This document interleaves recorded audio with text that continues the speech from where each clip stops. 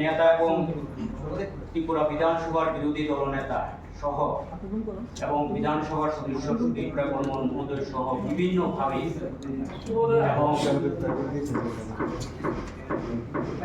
ত্রিপুরা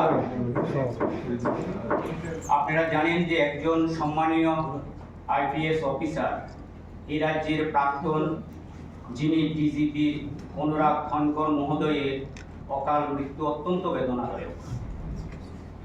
এই আমরা ওনার প্রতি আমরা গভীর শ্রদ্ধা জানাই, কিন্তু এই সংবেদনশীল এই ঘটনাটাকে নিয়ে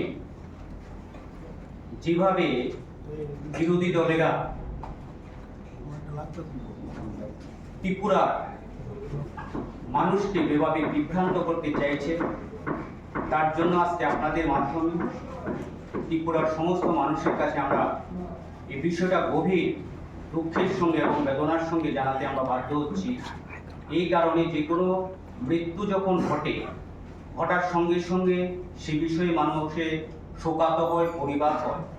কিন্তু আপনারা দেখেছেন ওনার মৃত্যু যখন হয়েছে, ওনাকে বাড়ি থেকে এক কোটি নেওয়া হয়নি এবং সুপরিকল্পিতভাবে সিপিএমে যিনি বিরোধী দলনেতা এবং জিতেন চৌধুরী মহোদয় তারা বিভিন্নভাবে মিছিলে নেমেছেন।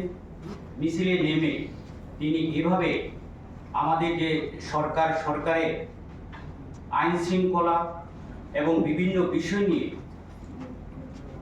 এবং বিশেষভাবে মানুষকে বিভ্রান্ত করার রাজনৈতিক উদ্দেশ্য প্রণোদিতভাবে তারা বিভিন্ন দিকে থেকে সেগুলোকে প্রচারের মাধ্যমে নিয়েছে এবং আপনাদের মাধ্যমে সংবাদ মাধ্যমের মাধ্যমে সেগুলোকে প্রচার করতে চাইছে।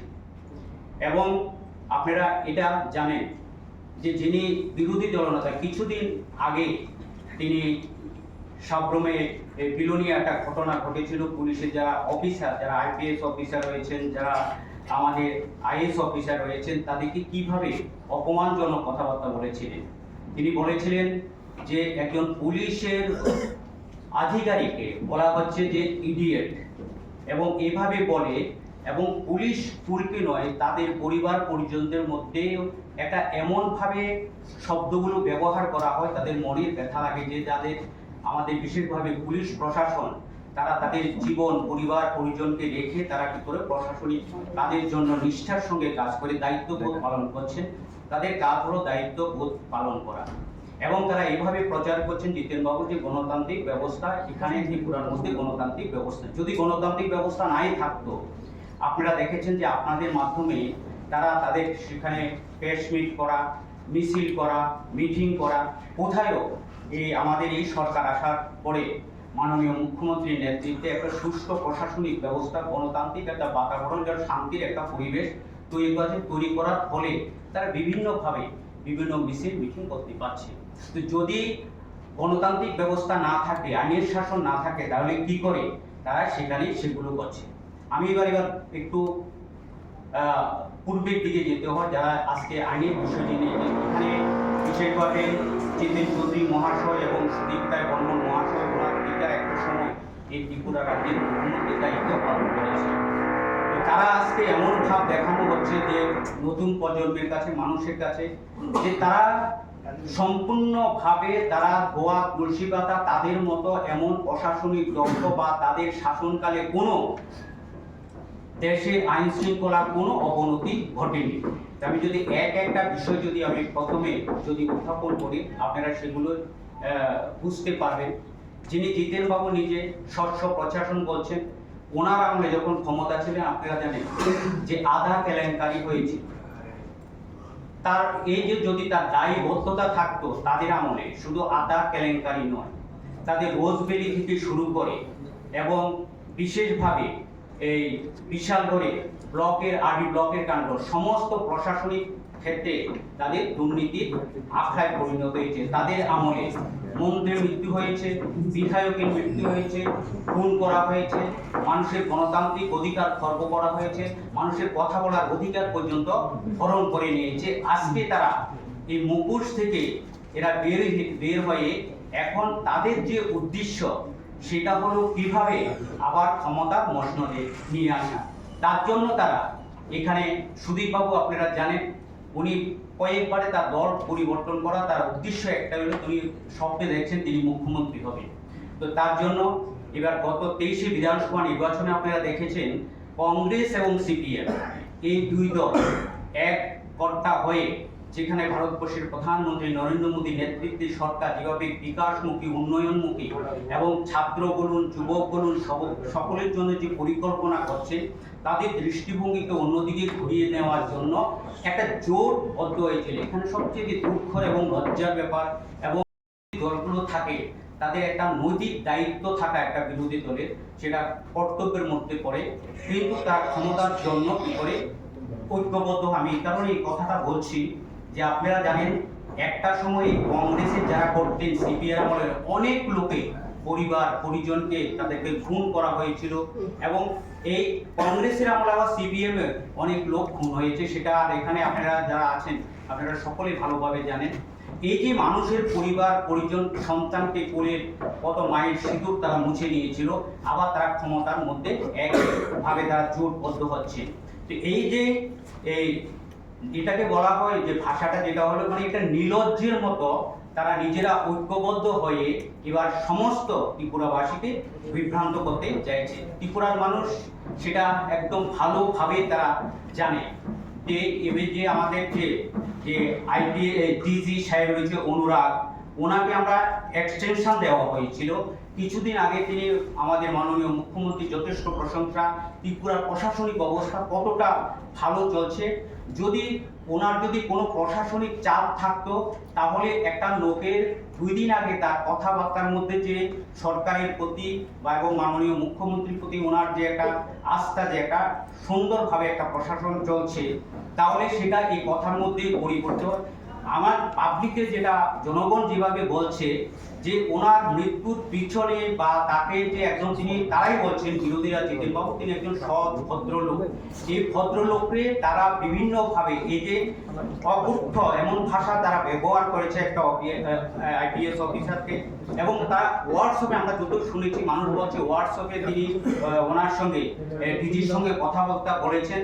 আমার মনে হয় তাদের যে দোষ, তারা এইভাবে এমনভাবে কথা বলে ওনাকে মানে উদ্যুক্ত করেছে এই ধরনের কাজ করার জন্য, তাদের এই দোষটাকে তারা চাপিয়ে দেওয়ার জন্য তারা মানুষের কাছে বা অন্যের উপরে দোষটা চাপিয়ে দেওয়া হচ্ছে। এটা সাধারণ যারা পাবলিক থেকে এই শব্দটি এখন বেরিয়ে আসছে যে এটা যে সিপিএম তার দীর্ঘদিনের তাদের কৌশলগত, তাদের কথার মধ্যে কোথাও ক্লেশ থাকবে না এমনভাবে কথা বলে সেগুলোকে অন্যদিকে নিয়ে মানুষের মধ্যে একটা বিভ্রান্ত তৈরি করে, এবং কিভাবে প্রশাসনে তারা ক্ষমতা যাওয়ার তারা রাস্তা পেয়েছে।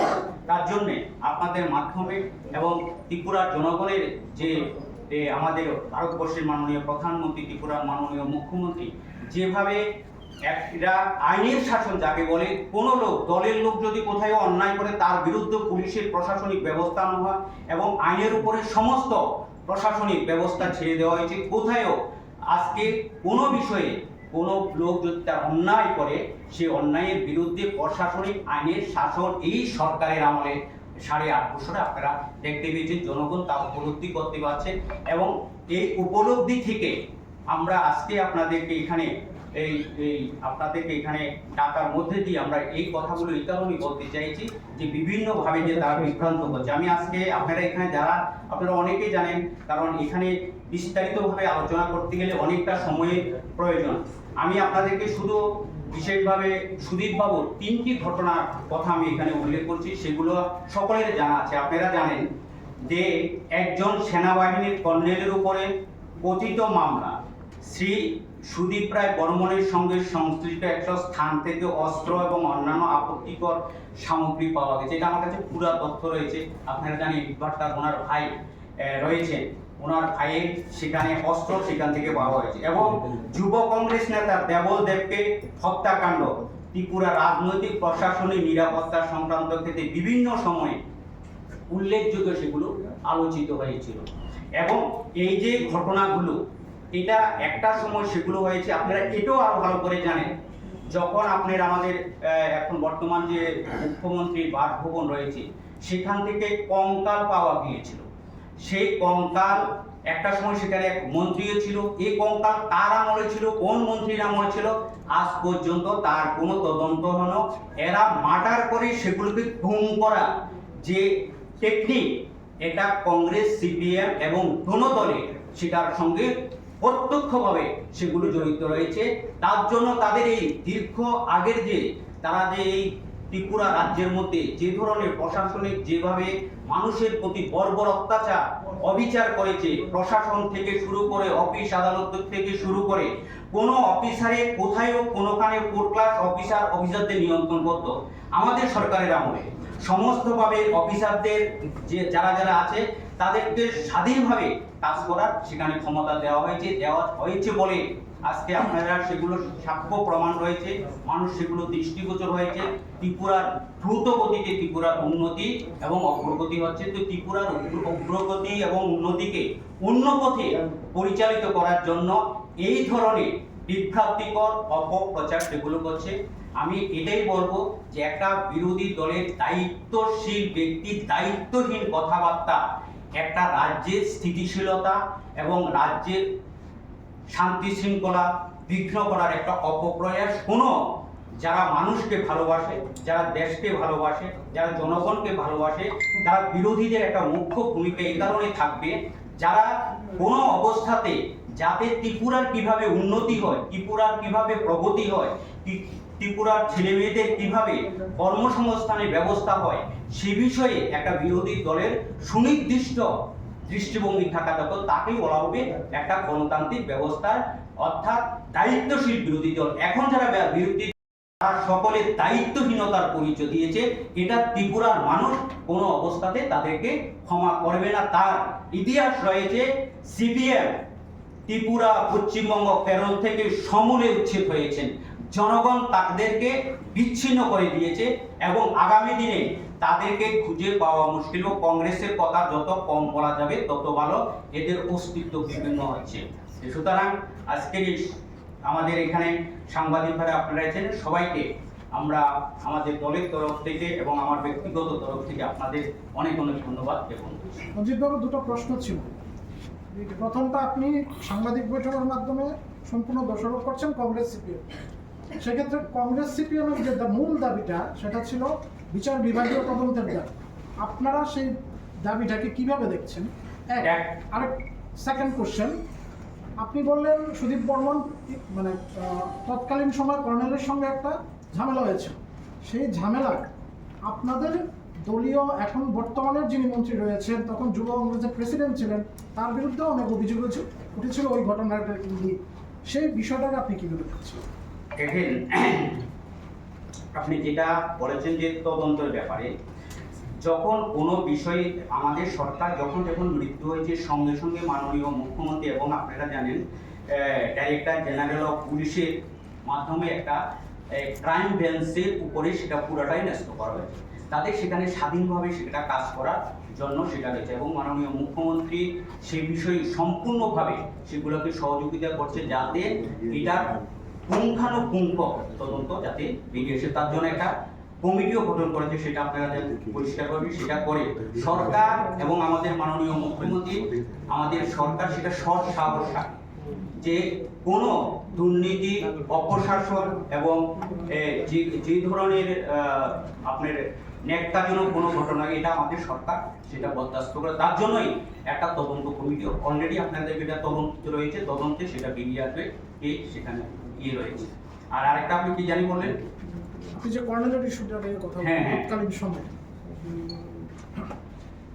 এখানে আপনি দেখেন আমি এটা পুরাটাই রয়েছে। যদি আপনারা চান এটা তো অনেকটা, আমি তবুও আপনাদেরকে কয়েকটা পয়েন্ট, আপনারা এটা জানেন যে এটা 18ই অক্টোবর 2016 সেই ঘটনাটা হয়েছে। কর্নেল বাবু যে ঘটনাটা সেখানে হয়েছিল, সেখানে আপনি এই ঘটনাটি আপনি সেনাবাহিনীর আগরতলায় জ্যেষ্ঠ সেনা কর্মকর্তার উপরে হামলা, প্রকাশ্য অপমানের ঘটনা গভীর উদ্বেগ প্রকাশ করা হয়েছিল। এটা সবাই জানে। এই ঘটনার পরবর্তী সময়ে সেগুলো আমি এটাই কারণে বলছি, এরপরে দীর্ঘ সময় কংগ্রেস সিপিএমের যদি একটা দলে, যেখানে সুদীপবাবু নিজেও সেটার সঙ্গে যুক্ত ছিলেন, পরে যখন তদন্ত হয়েছিল তিনি ওখানে ওনার ভাইকে অস্ত্র পাওয়া গেল, আপনি নির্বাচনতে আমরা চম্পকনগরে তাইলে এই যে লোকগুলো এখন মানুষের সামনে এসে তাদের যে চেহারা মুখ দেখাচ্ছে, এটাই হলো আমাদের না, আমার প্রশ্নটা ছিল একটু ভিন্ন। আমি বলছিলাম যে তৎকালীন ওই সুদীপ বাবুর ঘটনার সঙ্গে আপনাদের বর্তমানের মন্ত্রীও জড়িত ছিলেন, উনিও প্রেস মিট করেছিল, উনিও ওর বিরোধিতা করেছিলেন। এই ব্যাপারটা আপনি কিভাবে দেখেন? দেখেন, এই কারণে আমি আপনাদের বলি, ব্যক্তি, দল এবং রাজনীতি, এখানে আমাদের যারা আগে ছিল, অনেকে ছিল, আমি বামপন্থীতে ছিলাম। বামপন্থের নীতি আদর্শ আর ভারতীয় জনতা পার্টির ফার ডিফারেন্স। তার জন্য তো পরিবর্তন। ভারতীয় জনতা পার্টির প্রথম তাদের যে নীতি আদর্শ হলো, তাদের কাছে প্রথম হলো রাষ্ট্র, তারপর হলো আপনার দল, তারপর ব্যক্তি। এবং ভারতীয় জনতা পার্টির প্রথম হলো ছাত্র। আপনারা দেখেছেন আমাদের এবার মন্ত্রী পদত্যাগ করেছেন, তাদের দিকে দেখে, ছাত্রদের দিকে দেখে সমাজের, দেশের জন্য। এবং ভারতীয় জনতা পার্টি আপনার জবাবদিহি এবং দায়িত্বশীল, তাদের কাছে পদ বড় জিনিস নয়, পদটা হলো তুচ্ছ।